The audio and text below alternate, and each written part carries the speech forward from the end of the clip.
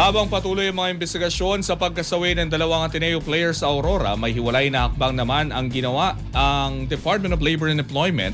Pinagpapaliwanag ng ahensya si Ateneo head coach Tab Baldwin kaugnay ng kanyang Alien Employment Permit o AFP. Ang ibang detalye alamin sa aking pag-abante. Ipinatawag ng Department of Labor and Employment o DOLE si Ateneo men's basketball coach Tab Baldwin upang magpakita ng mga dokumentong magpapatunay ng kanyang pagsunod sa mga panuntunan para sa mga dayuhang nagtatrabaho sa Pilipinas. Sa pahayag ni Labor Secretary Francis Tolentino, inatasan si Baldwin na personal na umarap sa ahensya at magpresenta ng mga kailangang papel kaugnay ng kanyang employment status.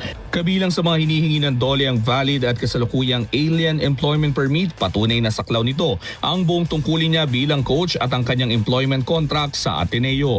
Tumating ang hakbang na ito habang nagpapatuloy ang mga investigasyon sa pagkasawi ni Rene Clerk Paterboni at Divine Adili noong June 8 sa isang team building activity sa Dipakulaw, Aurora.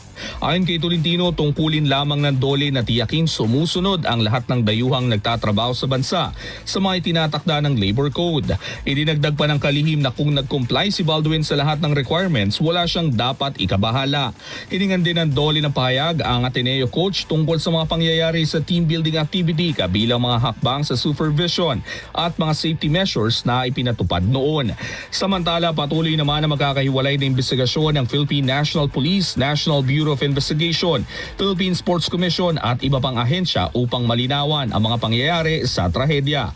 Sa ngayon, wala pa ring public statement si Baldwin ukol sa insidente. Giit ng DOLE nakatuon ang kanilang hakbang sa pagtiyak ng pagsunod sa mga batas habang nagpapatuloy ang mas malawak na investigasyon sa trahedya.